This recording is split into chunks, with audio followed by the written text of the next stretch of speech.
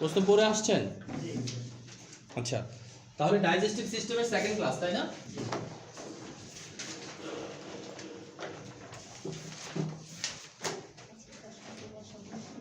ওকে, তাহলে first class আমরা তিনটা প্রশ্ন পড়ানোর কথা না, দুইটা পড়াইছি। ডাইজেস্টিভ সিস্টেম কাকে বলে, পার্টগুলো, আর একটা হচ্ছে আমরা এই ডাইজেস্টিভ সিস্টেমের যে পাথওয়েটা আছে, এটা পড়াইছি। স্টোমাক পড়ানো হয় না? আচ্ছা ঠিক আছে, দেখি আমরা ভাগ্যবান কয়েকজনকে ধরি। আচ্ছা, কারা কারা বলবেন স্বেচ্ছায় সামনে চলে আসেন, তাহলে আরো ভালো। ও ধরা দরকার নাই, 3-4 জনকে বলবো সামনে আসেন। যারা বলবেন সামনে চলে আসেন। জি বলেন, একজন একজন করে বলেন। আপনি আগে আসছেন, আপনি আগে বলেন। মাঝখানে দাঁড়ান, আপনি এখানে দাঁড়ান। খাদ্য গ্রহণ, হজম, মানে ডাইজেস্টিভ সিস্টেম কাকে বলে? খাদ্য গ্রহণ, হজম না, পাথওয়েটা food enter into the oral cavity, এরপর থেকে শুরু করেন। এরপর থেকে হচ্ছে ওরোফেরিংস, ফেরিংস, তারপরে হচ্ছে ইসোফেগাস, স্টোমাচ, স্মল ইন্টেস্টাইন, এরপর স্মল ইন্টেস্টাইন তো এখানে নাই, স্মল ইন্টেস্টাইনের পার্ট লেখা, তাই না? Part, sorry. তারপরে ডিউডেনাম, ডিউডেনাম। Duodenum, jejunum. ডিউডেনামে কি হয়? ডিউডেনামে দুইটা কাহিনী হয় না? লিভার, ডান পাশ থেকে লিভার, এরপর আছে গল ব্লাডার, এখান থেকে পিত্তরসটা কোথায় আসে? ডিউডেনাম, ডিউডেনামে আসে। এরপর তারপরে ওখান থেকে আসে আপনার পেনক্রিয়াস, পেনক্রিয়াসের জুস, ডিউডেনামে আসে। পরে আসে জেজুনাম, এরপরে হচ্ছে লার্জ ইন্টেস্টাইন কি সংখ্যা এটা? সিকাম, সিকাম, এরপরে হচ্ছে আপনার এপেন্ডি, অ্যাসেন্ডিং অ্যাসেন্ডিকুলন, ট্রান্সভার্সকুলন, ডেসেন্ডিকুলন, সিগময়েডকুলন, এরপরে রেকটাম, অ্যানাল ক্যানাল, অ্যানাস, এরপরে হচ্ছে stool, body, leave from the body. বসেন যান, স্যার বলেন। এইটা একটাই বলবেন সবাই। মাঝখানে দাঁড়ান। Pathway of digestive system. প্রথম হলো যে আপনার ওরাল ক্যাভিটি, তারপর ওরোফ্যারিংস, ফ্যারিংস, ইসোফেগাস, স্টোমাক, তারপর আপনার ডিউডেনাম। ডিউডেনামের থেকে আপনার গলব্লাডার থেকে বাইল আসবে এবং প্যানক্রিয়াস থেকে প্যানক্রিয়াসের জুস ডিউডেনামে আসবে। তারপরে হলো আপনার তারপরে caecum, ascending colon, transverse colon, descending colon, sigmoid colon, তারপরে রেকটাম, অ্যানাল এবং stool leave from the body. Very good, বসেন যান। জি, প্রত্যেক ব্রাঞ্চ থেকে একজন আসেন। হ্যাঁ আসেন, পেছন থেকে চলে আসেন। আপনার ব্রাঞ্চে তো আপনি একাই। আপনি কি নাম আপনার? নুরুল আমিন স্যারের সাথে দাওয়াত আছে, সামনে আসেন। হয়নি পড়া? হ্যাঁ, আমার দাওয়াতও নিলেন না। আপনাদের দুইজনের একজন।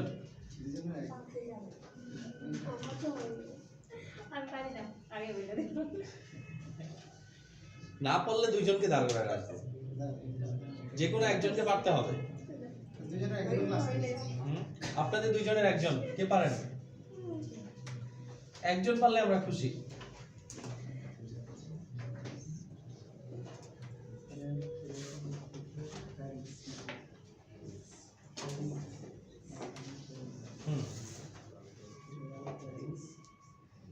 Oral cavity, oesophagus, oral cavity পরে ওরোফ্যারিংস, ফ্যারিংস, ইসোফেগাস, তারপরে হচ্ছে স্টোমাক, ডিউড্রাম, ডিউড্রামে আসে duodenum.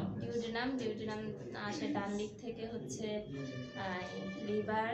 Liver vowel, gall bladder আর হচ্ছে ভায়েল। আর বাম দিক থেকে আসে প্যানক্রিয়াস জুস, তারপরে হচ্ছে ডিউডেনাম থেকে আসে কোথায় খাবারগুলো? জেজুনাম, ইলিয়াম, সিকাম,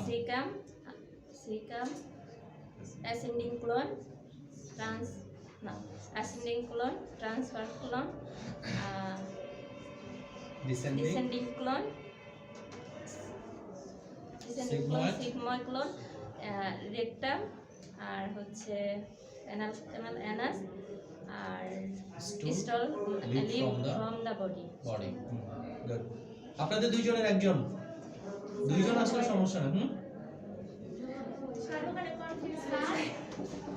আসেন আসেন, মুখস্থ হলে কনফিউশন এখানে এসে দূর করা লাগবে, এখানকার কনফিউশন তো এখানে বসে দূর হবে। সামনে আসেন, আপনাদের দুইজনের একজন রেডি হন।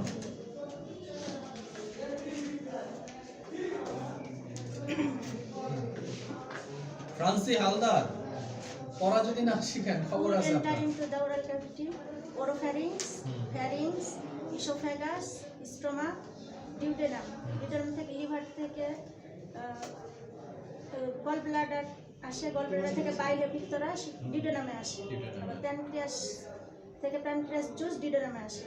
তারপর জিজু কি ওটা জেজুনাম। জেজুনাম, তারপর ইলিয়াম, তারপর সিকাম, তারপর আপনার হচ্ছে ascending colon, transverse colon, descending colon, তারপর হচ্ছে sigmoid colon, rectum, rectum, anal canals, anus, তারপর হচ্ছে stool. Stool lift from the body. বসেন, আপনাদের দুইজনের একজন আসেন। পরে ম্যাডাম রেডি থাকেন।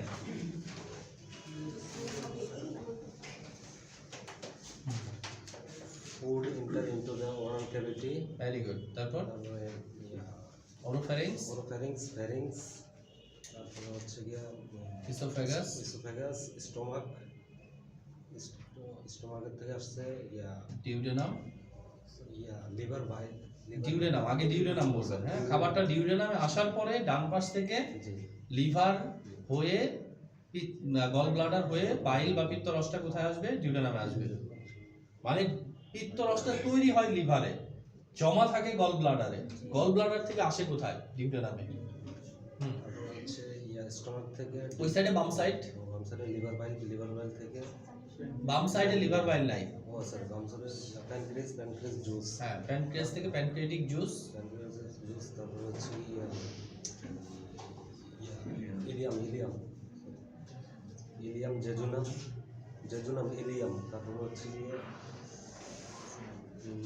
Caecum, caecum, ascending colon, transverse colon, descending colon, sigmoid, rectum, anal, anus, anal canal. Anus, তারপর stool lift from the body. ঠিক আছে, যাও পরের ব্রাঞ্চ।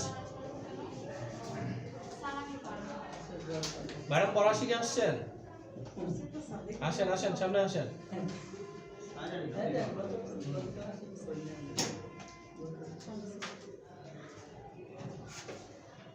বলেন, food enter into the oral cavity. তারপরে কি? দ্বিতীয়টা sir hmm, oral pharynx, oropharynx, oropharynx, pharynx, oesophagus, stomach, duodenum.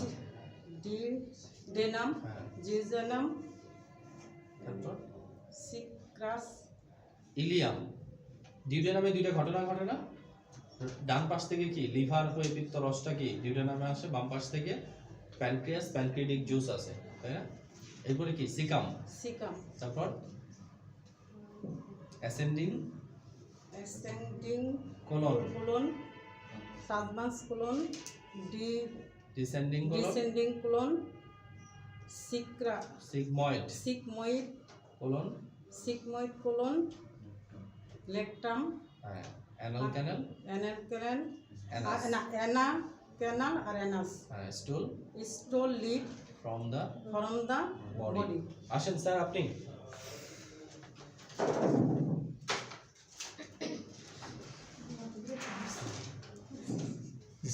হ্যাঁ, food enter into the oral cavity. মুখ দিয়ে খাবারটা ঢুকাই দিলেন, এখন মল করে বের করে দিবেন কোন কোন জায়গায় যাবে খাবারটা।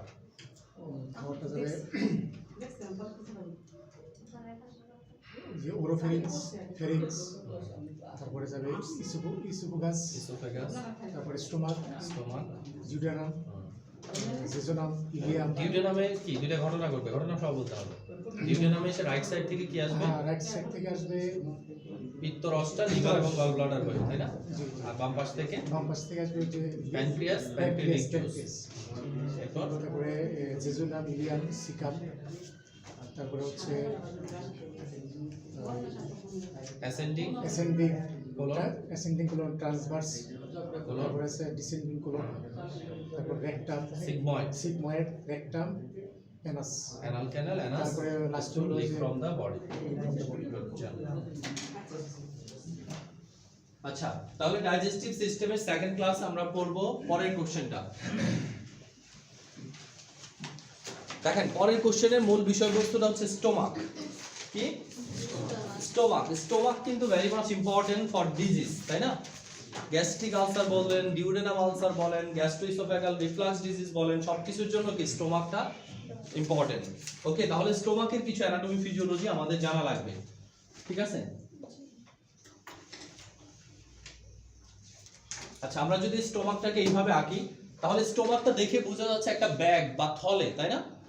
স্টোমাক হচ্ছে ডাইজেস্টিভ সিস্টেমের একটা থলের মতো কি মাসকুলিন টিস্যুর তৈরি একটা অর্গান, মানে মাংসপেশির তৈরি একটা কি অর্গান, যে অর্গানটা কি করতে পারে, যে অর্গানটা খাবারটাকে টেম্পোরারিলি জমা রাখতে পারে কিছুক্ষণের জন্য, তাই না? আপনি যে খাবার খাচ্ছেন সবগুলো এসে কি হচ্ছে এখানে টেম্পোরারিলি জমা হচ্ছে, এরপরে কি ডাইজেশনের জন্য অল্প অল্প করে খাবার এই রাস্তায় চলে যাচ্ছে। ওকে, তাহলে টেম্পোরারিলি খাবারটাকে সে জমা রাখতে সাহায্য করে।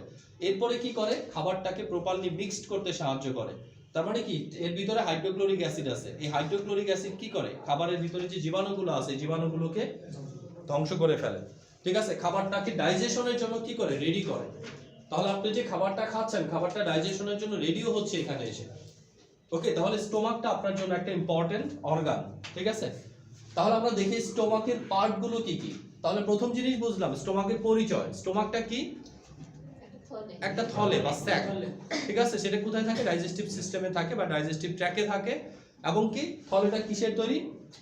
মাসল টিস্যু দিয়ে তৈরি, ঠিক আছে? থলেটা সংকুচিত প্রসারিত হতে পারে।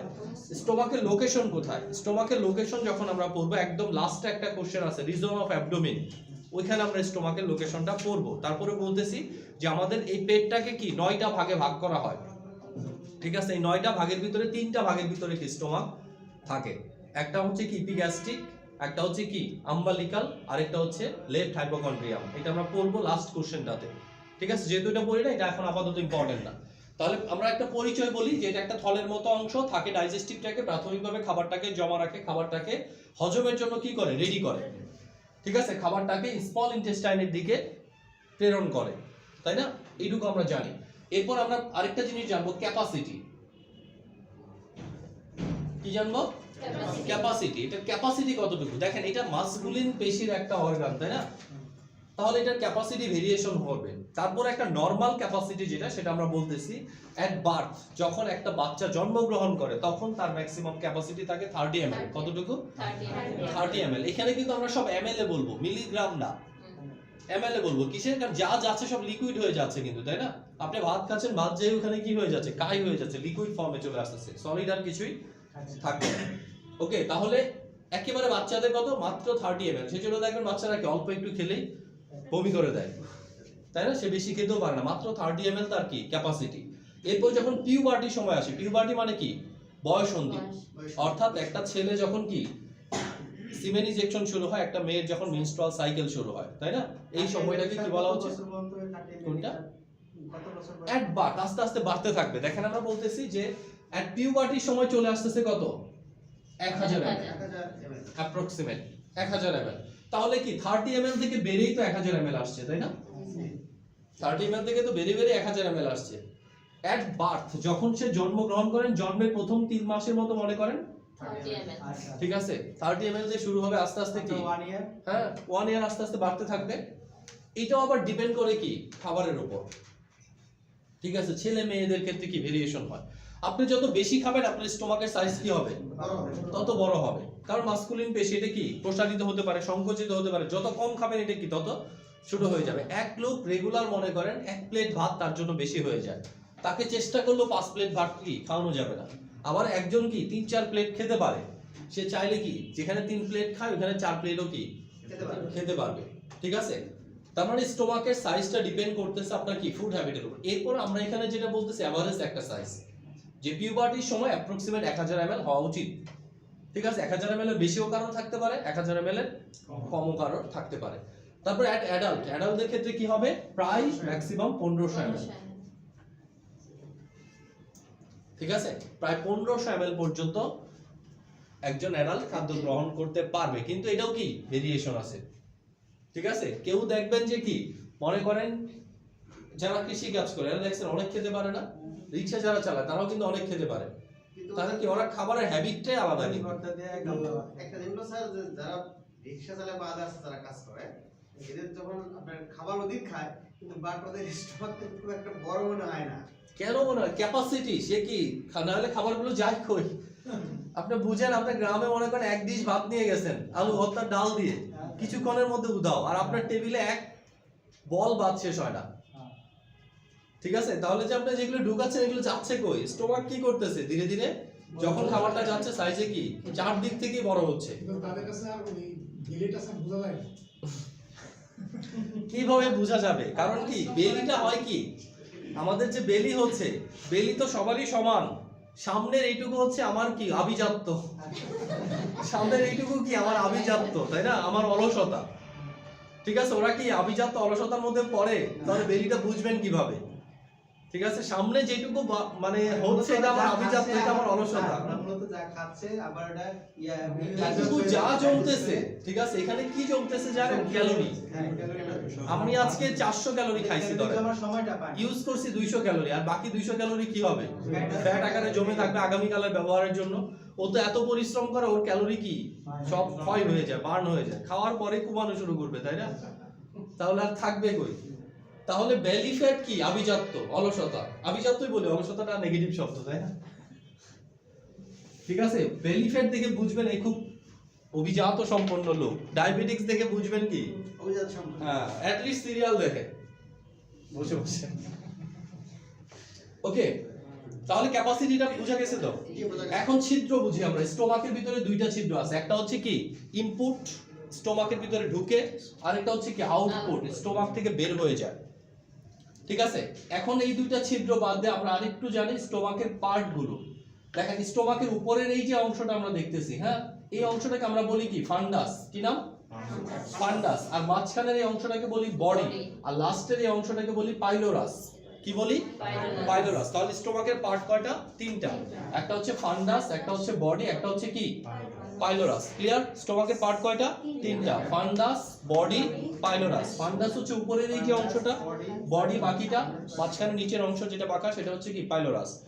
এখন ছিদ্র, যে ছিদ্রটা উপরে থাকে এই ছিদ্রটা অনেকটা হার্ডের লেয়ারে থাকে। ঠিক আছে, অনেকটা হার্ডের লেভেলে থাকে, সেই জন্য এই ছিদ্রকে বলা হয় কার্ডিয়াক ওপেনিং বা কার্ডিয়াক অরিফিস। ওকে, এটা নাম কি? হার্ডের লেভেলে থাকে, সেই জন্য কি বলি? Cardiac orifice. আরেকটা ছিদ্র কোথায় থাকে? পাইলোরাসে, তাই না? ফান্ডাস, বডি, এটা কি পাইলোরাস। তাহলে পাইলোরাসে যে ছিদ্র থাকে এটার নাম কি? Pyloric opening. একটা হচ্ছে পাইলোরিক ওপেনিং, আর একটা হচ্ছে কি কার্ডিয়াক ওপেনিং। ওপেনিং কয়টা তাহলে? দুইটা। কার্ডিয়াক ওপেনিং দিয়ে কি হয়? স্টোমাকের মধ্যে খাবারটা ঢুকে। আর পাইলোরিক ওপেনিং দিয়ে কি হয়? স্টোমাক থেকে খাবারটা স্মল ইন্টেস্টাইনের দিকে বের হয়ে আসে। মনে থাকবে এইটুকু? ওকে,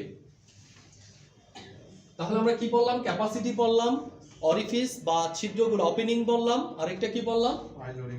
হ্যাঁ, পার্ট গুলো বললাম, তাই না? তিনটা পার্ট। এরপরে আসেন কার্ভেচার। কি আছে? কার্ভেচার।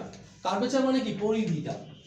দেখেন এখানে দুইটা পরিধি আছে, একটা হচ্ছে কি গ্রেটার কার্ভেচার, মানে কি অনেক লম্বা বড় পরিধি, তাই না? আর একটা হচ্ছে কি লেসার কার্ভেচার। ঠিক আছে, লেসার কার্ভেচার মানে কি? ছোট্ট পরিধি।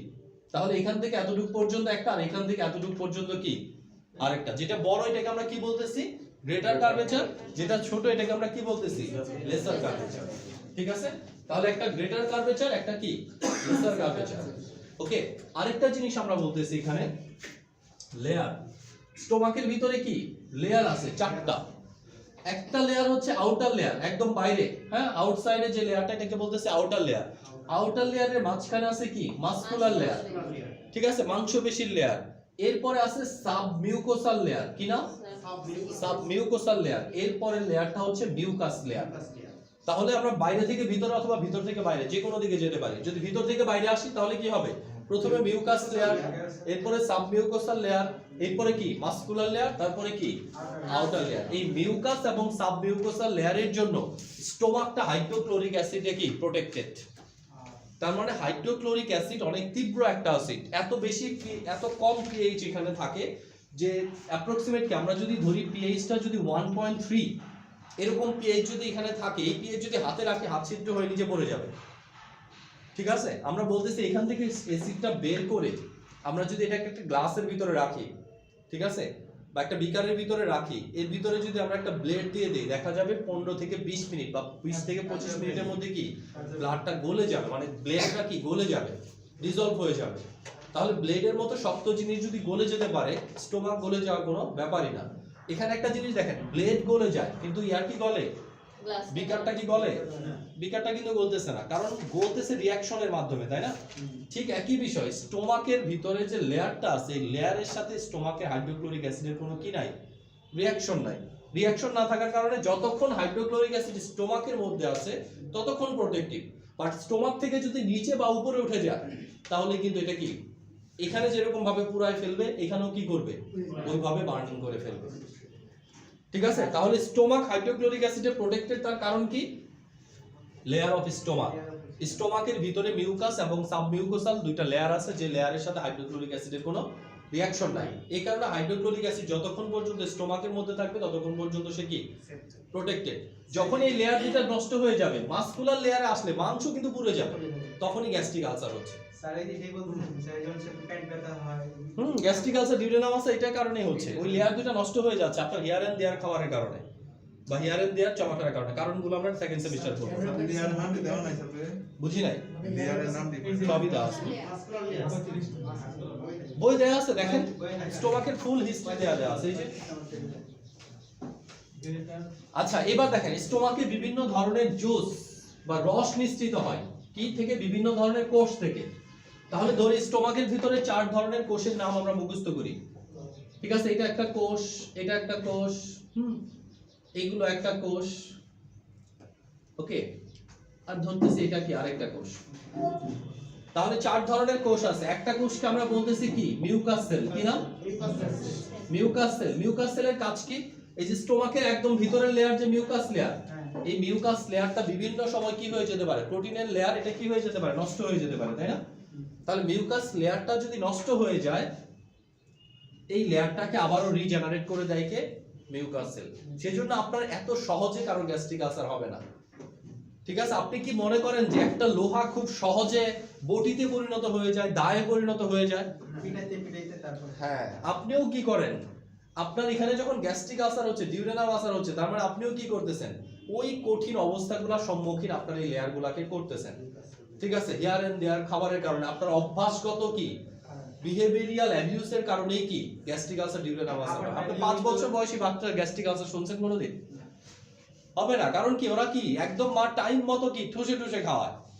যখনই বয়সটা কি স্কুল লেভেল, কলেজ লেভেলে চলে আসে, তখনই কি বাইরে যায় সে এলোমেলো খাবার খাচ্ছে, এলোমেলো টাইমে খাবার খাচ্ছে। বডির যে বায়োলজিক্যাল ক্লক আছে এটা নষ্ট হয়ে যাচ্ছে। বডি বুঝতেছে না কোন সময় আমার হাইড্রোক্লোরিক অ্যাসিড বেশি নিঃসরণ করা লাগবে, কোন সময় কম নিঃসরণ করা লাগবে। এই অতিরিক্ত হাইড্রোক্লোরিক অ্যাসিড যখন থাকবে, তখন কি স্টোমাকের ভিতরে পেপসিনোজেন আছে, পেপসিনোজেন আর হাইড্রোক্লোরিক অ্যাসিড মিলে পেপসিন কনভার্ট করবে। তখন এই যে এটা তো প্রোটিনের তৈরি, এই প্রোটিনের লেয়ারটাকে গলায় দিবে ধীরে ধীরে। যত বেশি গলবে রিকভার হবে, যখন রিকভার হওয়ার পরিমাণ গলার পরিমাণের চেয়ে বেশি কম হবে, তখনই গ্যাস্ট্রিক আলসার হবে। তার মানে কি গ্যাস্ট্রিক আলসার বা ডিউডেনাম আলসার কারো একদিনে হয় না, হঠাৎ করে আজকে হয়ে যায় না। ঠিক আছে, এটা হওয়ার জন্য আপনি দীর্ঘদিন ধরে পিটাচ্ছেন লোহাটাকে, ঠিক আছে, গরম করতেছেন আর পিটাচ্ছেন।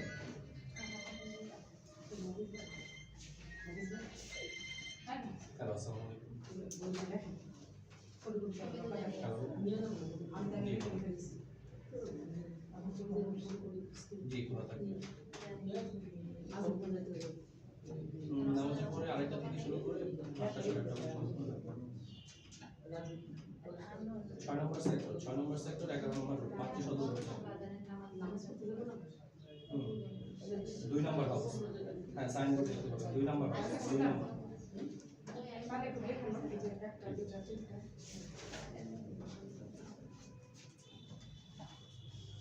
এতটুকু ক্লিয়ার? তাহলে স্টোমাকে একটা সেল বললাম কি, মিউকাস সেল, যার কাজ কি মিউকাস প্লাস পেপসিনোজেন রিলিজ করা। ঠিক আছে, মিউকাস প্লাস পেপসিনোজেন রিলিজ করা। এরপর আরেকটা সেলের নাম হচ্ছে কি, প্যারাইয়া, কি peptic or chief cell. Peptic or chief cell, এই peptic or chief cell release করে পেপসিনোজেন। কি রিলিজ করে? পেপসিনোজেন। এই পেপসিনোজেনটাই হাইড্রোক্লোরিক অ্যাসিডের সাথে রিঅ্যাকশন করে পেপসিনে কনভার্ট হয়, যেটা প্রোটিন জাতীয় খাবার প্রাথমিকভাবে ডাইজেশনে সাহায্য করে। আর আমাদের লেয়ারটাও প্রোটিনের তৈরি, তাই না? যখন আপনি খাবার এলোমেলো করবেন তখন কি ওই প্রোটিনটা এই লেয়ারটাকে খেয়ে ফেলবে। লেয়ারটা যখন খেয়ে ফেলবে, 2 নাম্বার লেয়ার খেয়ে ফেলবে, 3 নাম্বার লেয়ারে মাংসপেশি। মাংসপেশিতে এসে হাইড্রোক্লোরিক অ্যাসিড কি করে দিবে? একদম আগুন ধরায় দিবে, ঠিক আছে? বার্নিং সেন্সেশনটা এখান থেকে শুরু হবে। আমাদের এই লেয়ারগুলোতে কোনো ইয়া নাই, এগুলো নষ্ট হয়ে যাচ্ছে, তৈরি হচ্ছে, আমরা বুঝতেছি না কেন? চুলের মতো। চুলের ভিতরে কোনো নার্ভ আছে? চুলের গোড়ায় কি আছে? নার্ভ আছে। তার মানে চুল কাটলে ব্যথা পাবেন না, বা টান দিলে কি হবে? ব্যথা পাবে। আর আমাদের এই যে ভিতরের লেয়ারগুলো, মিউকাস এবং সাবমিউকাসাল লেয়ারে কোনো ব্লাড ভেসেলও নাই, কোনো নার্ভও নাই, ঠিক আছে? সেই জন্য এটা নষ্ট হয়ে যাচ্ছে, আবার তৈরি হচ্ছে, অটোমেটিক ভাবে হচ্ছে, আপনি বুঝতেছেন না। কিন্তু মাসকুলার লেয়ারে কিন্তু কি আছে? নার্ভ আছে। এটা যদি নষ্ট হয়, তৈরি হয়, আপনি কিন্তু ঠিকই বুঝবেন, ব্রেন কি ঠিকই বুঝবে। ক্লিয়ার এটা? আরেকটা হচ্ছে প্যারাইটাল সেল, যে সেলটা মেইন সেল। প্যারাইটাল সেলটা সবচেয়ে important cell of digestive system, কারণ এই সেল থেকে কি তৈরি হয়? HCl, যার কথা আমরা এত বারবার বলতেছি। তাহলে হাইড্রোক্লোরিক অ্যাসিড যেটা তৈরি হচ্ছে, এটা কি প্যারাইটাল সেল থেকে। HEl আছে, HCl হবে এখানে, ঠিক আছে? আর লাস্টে একটা সেল আছে, সেটার নাম কি? এন্টারোক্রোমাফিন সেল। কি নাম? এন্টারোক্রোমাফিন সেল। এটার কাজ হচ্ছে গ্যাস্ট্রিন তৈরি করা। এই গ্যাস্ট্রিনটা আবার পার্শিয়ালি কি প্যারাইটাল সেলকে স্টিমুলেট করে হাইড্রোক্লোরিক অ্যাসিড নিঃসরণকে নিয়ন্ত্রণ করতে পারে। তাহলে 4টা সেল। 1 নম্বর সেলের নাম কি? Mucus sell. মিউকাস সেল কি কাজ করে? মিউকাস এবং পেপসিনোজেন তৈরি করে। 2 নম্বর সেলের নাম কি? Peptic or chief cell. কি তৈরি করে? পেপসিনোজেন। 3 নম্বর সেলের নাম কি? Parietal cell. কি তৈরি করে? Hydrochloric acid. 4 নম্বর সেলের নাম কি? এন্টারোক্রোমাফিন সেল। এন্টারোক্রোমাফিন সেল কি তৈরি করে? গ্যাস্ট্রিন তৈরি করে, ঠিক আছে? এরপরে আছে ফাংশন অফ স্টোমাক। স্টোমাকের ফাংশনটা আমরা আগেই বলে দিছি, তাই না? তাহলে আমাদের 3 নাম্বার প্রশ্ন এই পর্যন্তই থাকবে, ঠিক আছে? ফাংশন অফ স্টোমাক পর্যন্তই 3 নাম্বার কোশ্চেনটা। ওকে, পারবো না আমরা? তাহলে স্টোমাকে আমরা কি বললাম? স্টোমাকটা কি, স্টোমাকের ক্যাপাসিটি কি, স্টোমাকের পার্ট কয়টা, স্টোমাকের ওপেনিং কয়টা, স্টোমাকের কার্ভেচার কয়টা, স্টোমাকের লেয়ার কয়টা, স্টোমাকের সেল কয়টা, স্টোমাকের ফাংশন কি। ক্লিয়ার তো? তাহলে স্টোমাক সম্পর্কে মোটামুটি ভাবে এই জিনিসগুলো আপনাকে জেনে রাখতে হবে। আচ্ছা, এরপরের প্রশ্ন কি? শর্ট নোট না?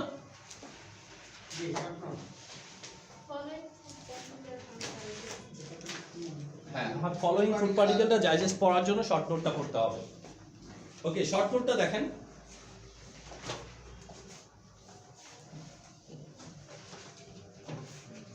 শর্ট নোটের ভিতরে আমরা একটা প্রথমে যেটা পড়াবো প্যানক্রিয়াস। কি পড়াবো?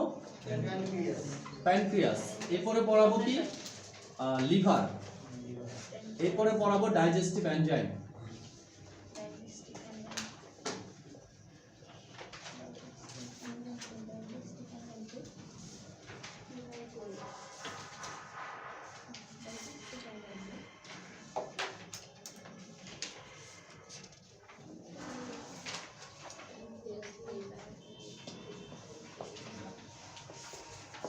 এই তো আমাদের ইয়াগুলো, তাই না? শর্ট নোট গুলো।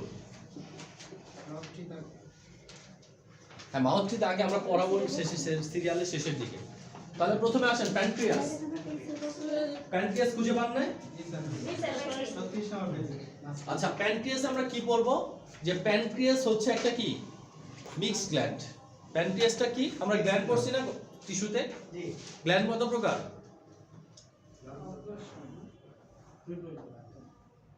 গ্ল্যান্ড কত প্রকার?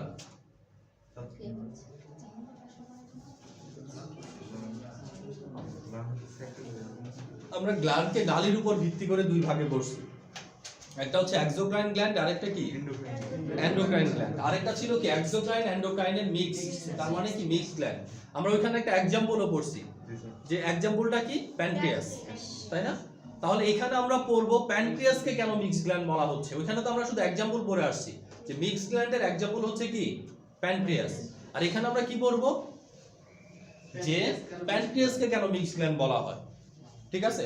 তাহলে মিক্সড গ্ল্যান্ড কেন প্যানক্রিয়াসকে বলা হয়, এটার বৈশিষ্ট্যটা কি হবে? প্যানক্রিয়াসের ভিতর কি আছে? এক্সোক্রাইন এন্ডোক্রাইন, তাই না? ঠিক আছে, 2টা বৈশিষ্ট্য বিদ্যমান আছে। প্যানক্রিয়াসের ভিতরে এক্সোক্রাইন এবং এন্ডোক্রাইন দুইটা বৈশিষ্ট্য বিদ্যমান আছে, এই জন্যই কি বলা হয় প্যানক্রিয়াসকে মিক্সড গ্ল্যান্ড বলা হয়। প্যানক্রিয়াসে এক্সোক্রাইন বৈশিষ্ট্যের কারণে প্যানক্রিয়াস কি তৈরি করে, বিভিন্ন ধরনের এনজাইম তৈরি করে, তাই না? এক্সোক্রাইন বৈশিষ্ট্য থাকার কারণে প্যানক্রিয়াস কি তৈরি করে, এনজাইম তৈরি করে। আবার এন্ডোক্রাইন বৈশিষ্ট্য থাকার কারণে কি তৈরি করে, হরমোন তৈরি করে। ঠিক আছে, দেখেন এন্ডোক্রাইন গ্ল্যান্ডগুলা কি তৈরি করে, হরমোন। এক্সোক্রাইন গ্ল্যান্ডগুলা কি তৈরি করে, এনজাইম। তাহলে যেটা এনজাইম এবং হরমোন দুইটাই যদি তৈরি করতে পারে এটাকে কি বলবো আমরা, মিক্সড। ঠিক আছে, মিক্সড গ্ল্যান্ড। তাহলে প্যানক্রিয়াসের এই দুইটা বৈশিষ্ট্য বিদ্যমান আছে। দেখেন এক্সোক্রাইন বৈশিষ্ট্যের কারণে প্যানক্রিয়াস কি তৈরি করতেছে, এনজাইম। কি কি এনজাইম তৈরি করে, অ্যামাইলেজ এনজাইম তৈরি করতেছে। তারপরে কি, ট্রিপসিন, লাইপেজ। এই এনজাইমগুলো কে তৈরি করে, এক্সোক্রাইন। এক্সোক্রাইন বৈশিষ্ট্যের কারণে প্যানক্রিয়াস তৈরি করে। তাহলে অ্যামাইলেজ কি করে, অ্যামাইলেজ স্টার্চ থেকে কি তৈরি করে, গ্লুকোজ। আর ট্রিপসিন ঠিক করে নেন, প্রোটিন টু অ্যামাইনো অ্যাসিড। তাহলে কি প্রোটিন কে অ্যামাইনো অ্যাসিড হবে? হ্যাঁ, প্রোটিন টু অ্যামাইনো অ্যাসিড হবে। একই জিনিস দেওয়া আছে, কেটে দেন। একই জিনিস তো দুইটাতে হবে না, প্রোটিন হবে না। এটাতে উপরটা হয়ে গেছে। প্রোটিন লিখবেন, সংকেত আর কিছুই হবে না, প্রোটিন লিখবেন। সিএইচও মানে কার্বোহাইড্রেট, বুঝছেন? সিএইচও মানে কি, carbohydrate. Carbohydrate, carbon, hydrogen, oxygen, তিনটাকে মিলে কি বুঝায়, কার্বোহাইড্রেট। এটাকে আপনি স্টার্চ লিখতে পারেন, কার্বোহাইড্রেট লিখতে পারেন, শর্করা লিখতে পারেন। না, প্রোটিনই লিখবেন। তাহলে কার্বোহাইড্রেটটা কেটে দিয়ে ওখানে লেখেন প্রোটিন। আরেকটা কি, প্রোটিন থেকে তৈরি হবে কি, অ্যামাইনো অ্যাসিড। কি তৈরি হবে, অ্যামাইনো অ্যাসিড। Amino acid. আরেকটা হচ্ছে লাইপেজ, ফ্যাট থেকে ফ্যাটি অ্যাসিড। ঠিক আছে, এটা কেটে দিবেন পুরোটা। হ্যাঁ, এখানে লিখবেন প্রোটিন, অ্যামাইনো অ্যাসিড। তীর চিহ্ন দিয়ে মাঝখানে তীর চিহ্নটা থাকবে। প্রথমটা ঠিক আছে। হ্যাঁ, প্রথমটা ঠিক আছে, কার্বোহাইড্রেট টু গ্লুকোজ। আরেকটা হচ্ছে প্রোটিন টু অ্যামাইনো অ্যাসিড। লাস্টেরটা কি, ফ্যাট টু